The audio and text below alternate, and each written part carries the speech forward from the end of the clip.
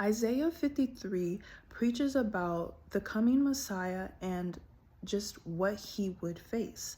Something very beautiful that the Lord showed me is in the first three verses. The first verse says, "Who has believed our message, and to whom has the arm of the Lord been revealed?" In it, it's foretelling that people will not believe that Jesus is the Messiah. They cannot fathom that God himself came in human form and died on the cross. A crucified Messiah is not something that they were expecting, right? And it says, "To whom has the arm of the Lord been revealed?" Where it's like you're not believing that Jesus could ever be the Messiah. And it's like in saying that, oh no, like the Messiah can never be this way because they had their own idea of who the Messiah was supposed to be. You're limiting God's power. You're saying, no, God could never come down in human form and die on the cross for my sins. No, this can't be the Messiah, limiting what God can do.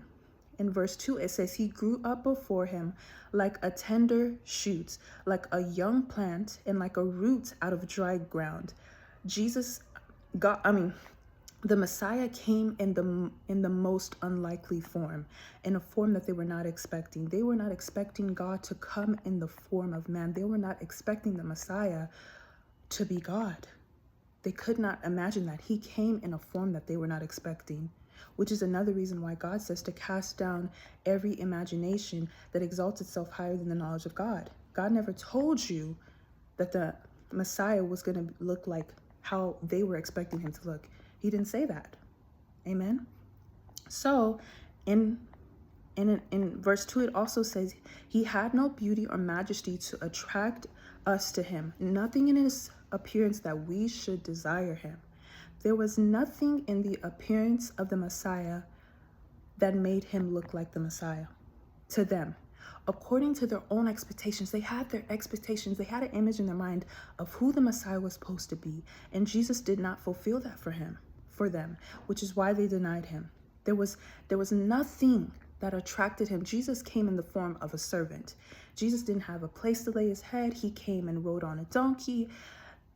The Jews expected the Messiah to be triumphant, to be a king, to be somebody who was going to take down Rome and liberate them from their oppression. They were not expecting a servant. They were not expecting someone as humble as Jesus. Someone didn't even have a place to lay his head. There was nothing attractive about Jesus that said, that's the Messiah.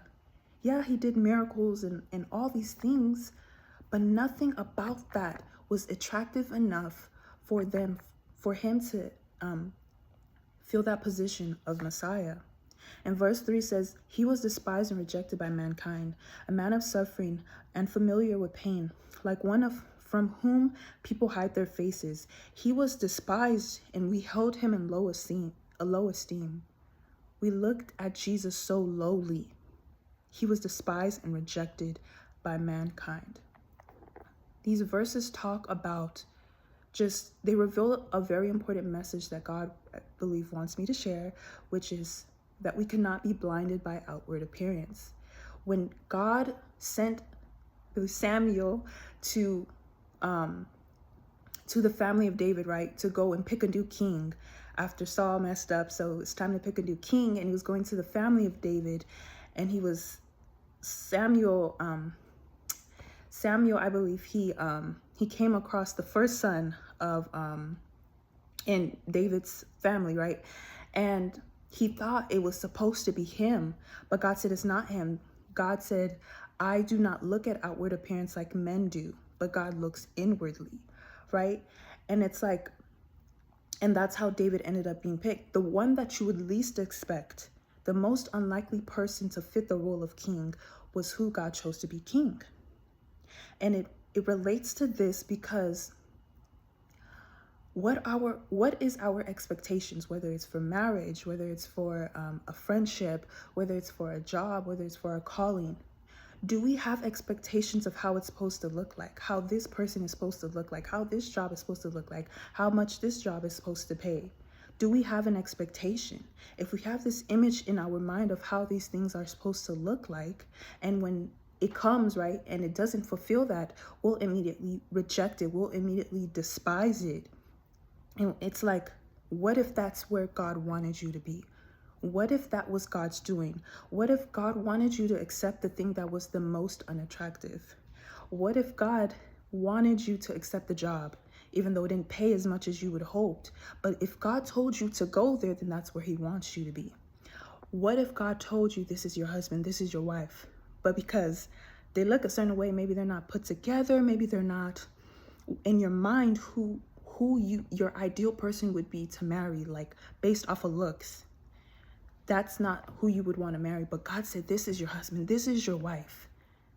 What if I end up rejecting that? If I reject that, the place that I will end up is not where God has called me to be. There will never be peace if I reject the yeses of God. No matter how it looks, if I go based off of outward appearance and I reject the yeses of God, the place that I end up, there will never be peace. You're going to end up in a place that God never intended you to be. When you reject the things of God, the Jews, the Israelites, look at where they're at today. Constantly going through battle, constantly going through war, because they're not under the protection of God, because they despised and rejected the Messiah based off of what outward appearance. Because not for once in the Bible did it ever state that they went, like, because God tells us to test every spirit. You see Jesus coming around doing miracles and he's claiming to be the Messiah. All you had to do was ask God, saying, is he the Messiah? Is he not? They never did that. They went based off of outward appearance and stated and rejected him. And that's the same thing.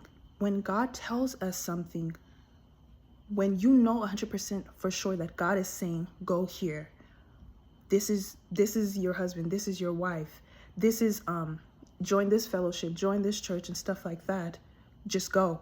Once you know 100% sure that this is a yes from God, do not reject and be blinded by outward appearance and miss out on what God has for you and miss out the beauty of what God has for you. Amen.